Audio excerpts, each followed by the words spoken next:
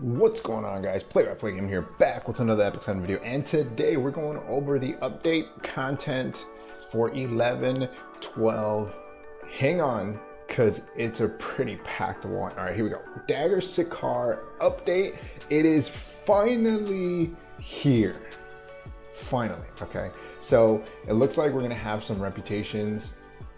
When you unlock this, it'll be at rank 65.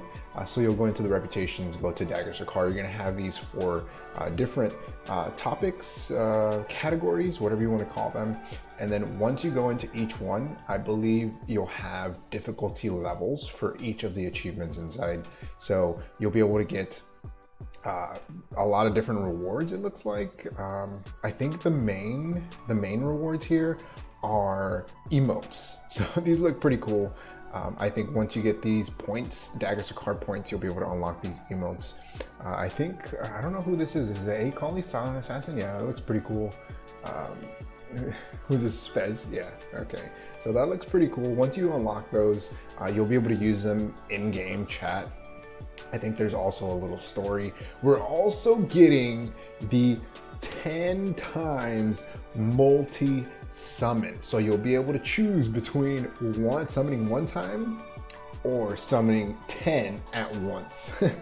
This is gonna bring back flashbacks, some memories from those of you that started playing a long time ago when you were selecting your main role, the 30 summon that we had.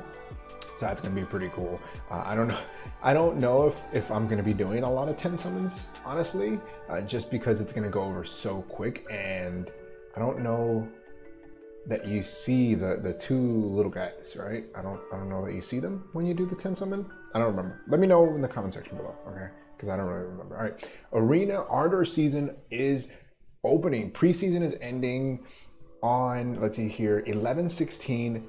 Ardor season is opening on 11/16. So if you're looking forward to getting some new gear starting on Monday, 11/16, we're getting that. We're gonna get some new frames. They look pretty awesome, but realistically for me, I'll probably only ever get these here.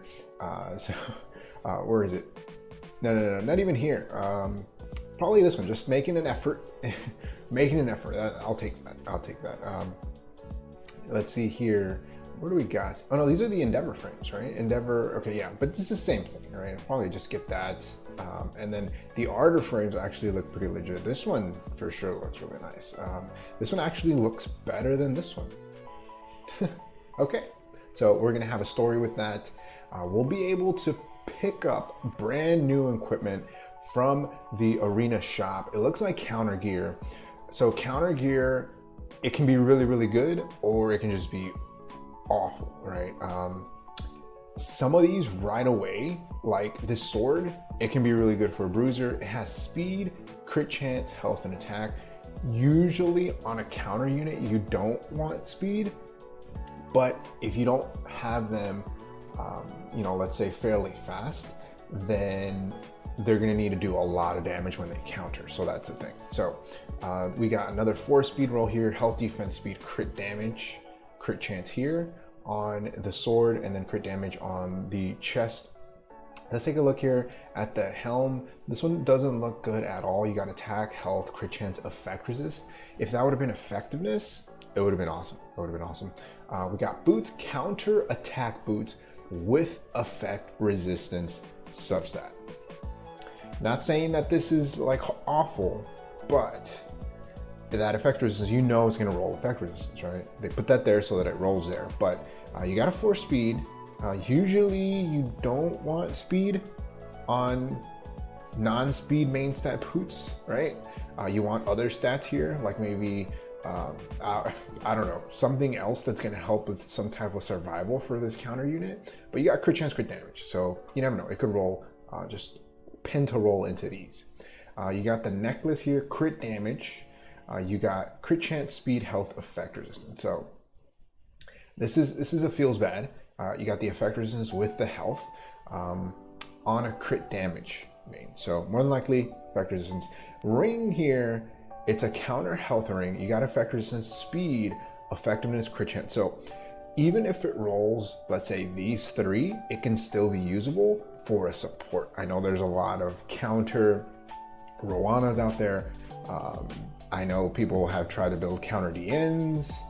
So that's something to think about if they roll all effect resistance here. I don't know, maybe damage Momo or something with effect resistance here, counter damage Momo. I don't know. For side story, we're getting Blood and Roses, the last chapter, chapter 3, like everything else. You'll have the artifact. You'll be able to go in, farm the highest level that you can, and then grab yourself a Mola before the event is up. Make sure that you go and do that in the Mola challenge. You'll be able to farm for that artifact here. It's actually been a lot easier, I feel, to farm this event than any other that they've had, because they give you all of the artifacts right away. They don't lock them behind a puzzle or anything like that. So hopefully you guys are doing good with farming that. But here's that Guild War Endeavor season schedule that we kind of talked about. They're also doing a drop rate up for Pavel and Vildred. So Pavel with his Dux Noctis, however you want to say it. And I know this is getting a buff. His artifact is getting a buff, which is going to make it really, really good, it looks like. However, we need to see how people test it. Sword of Summer Twilight is Vildred's new artifact, which is a thief exclusive artifact, and it looks like an Eliha's knife, except on an AoE skill, right? So, okay, let's take a look. When using a skill that targets all enemies, penetrates a target's defense by 10%. When you defeat an enemy with an AoE skill, everyone gets 10% combat readiness except for the caster. So the thing about this is, more than likely you have to have this fully maxed out to get the 20%.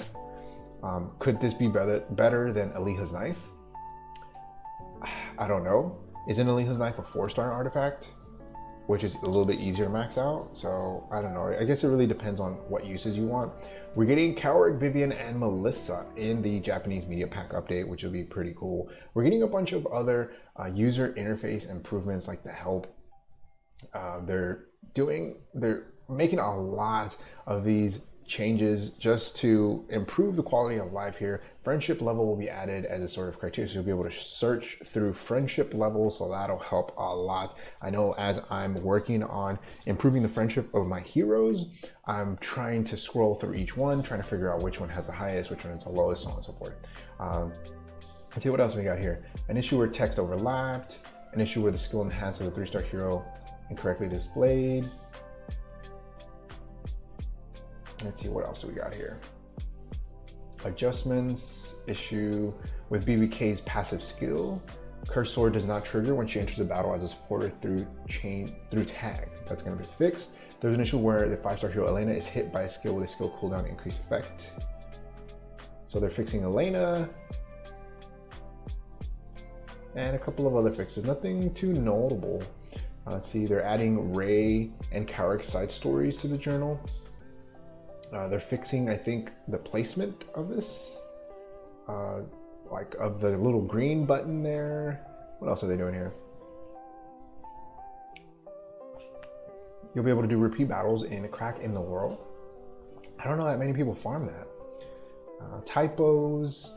Let's see what else. Other improvements have been made to enhance stats are displayed for equipment artifacts. So it looks like they're adding a little color background to max enhanced artifacts and weapons, so that you know what that looks like. So I think that's gonna be pretty cool.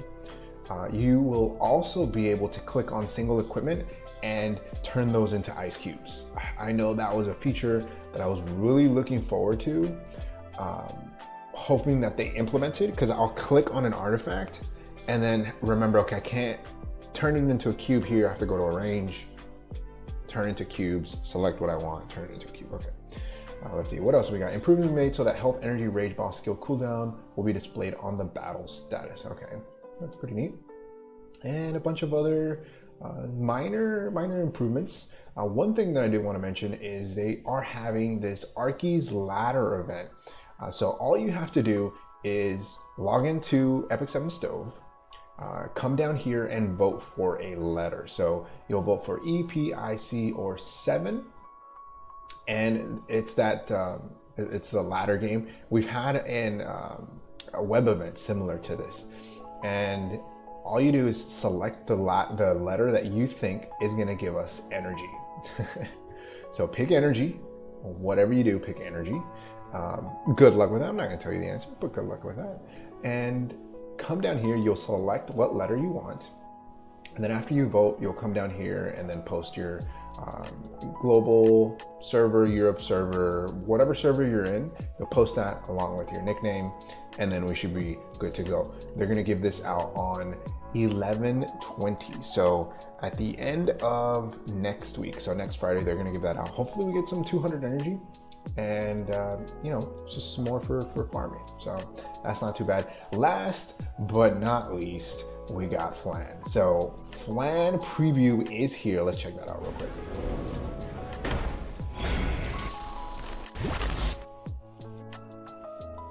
Are you friend or foe? Not that it matters. You'll be on my side once we're finished. You haven't seen anything yet.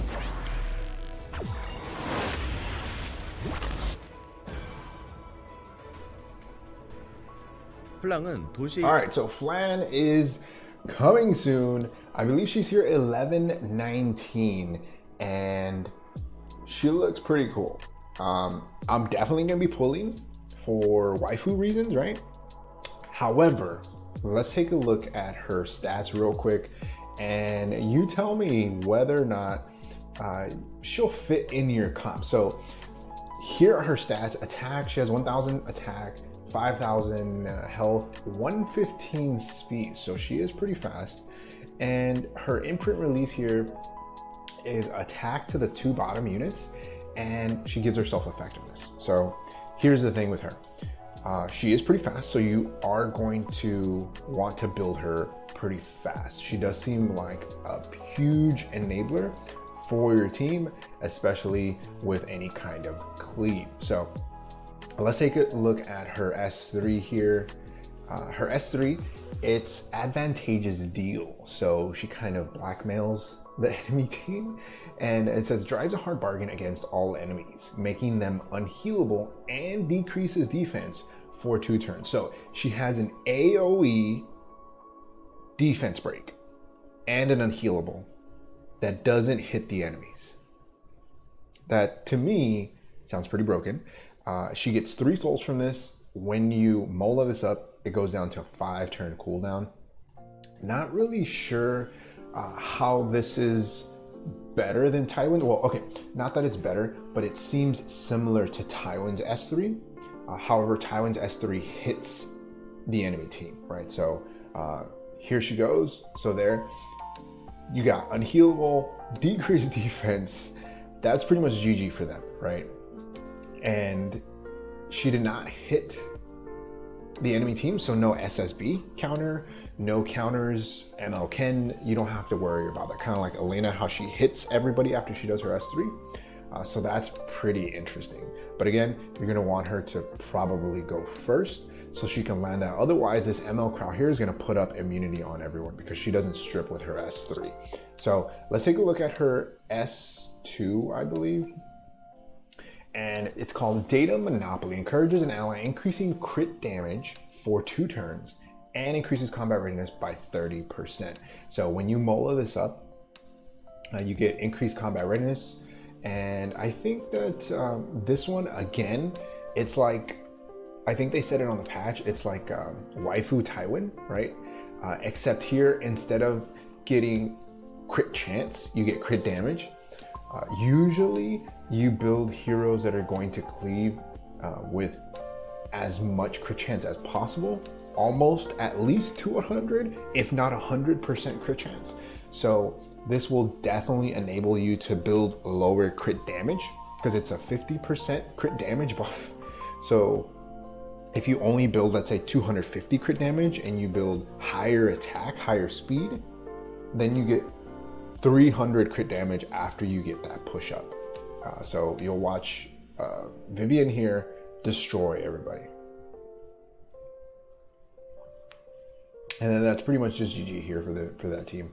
Her S1 Attacks the enemy with a gun with a 50% chance to dispel one buff. This increases the effect chance to 100% and dispels 2 debuffs from the target.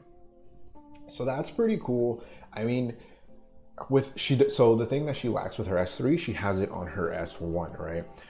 They're gonna soul burn here and strip 2 buffs, and now Bazaar can get the kill, right? So I think that her kit seems geared more for support, not for damage.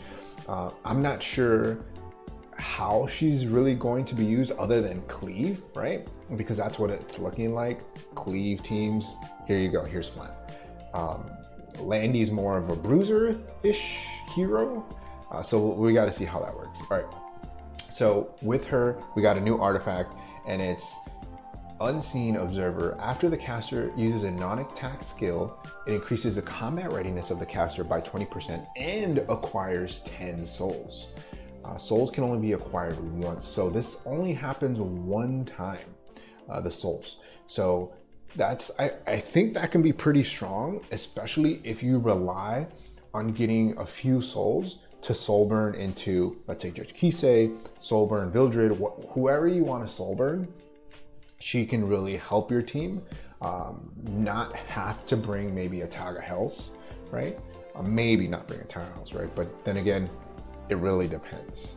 So she does get a CR push of 20% when this is maxed out. So again, it's a 5-star artifact, which more than likely should be maxed out in order to get the most amount of benefits. But I mean, she looks pretty cool. I think that a lot of people will definitely be pulling for her. I know I will. Can't wait.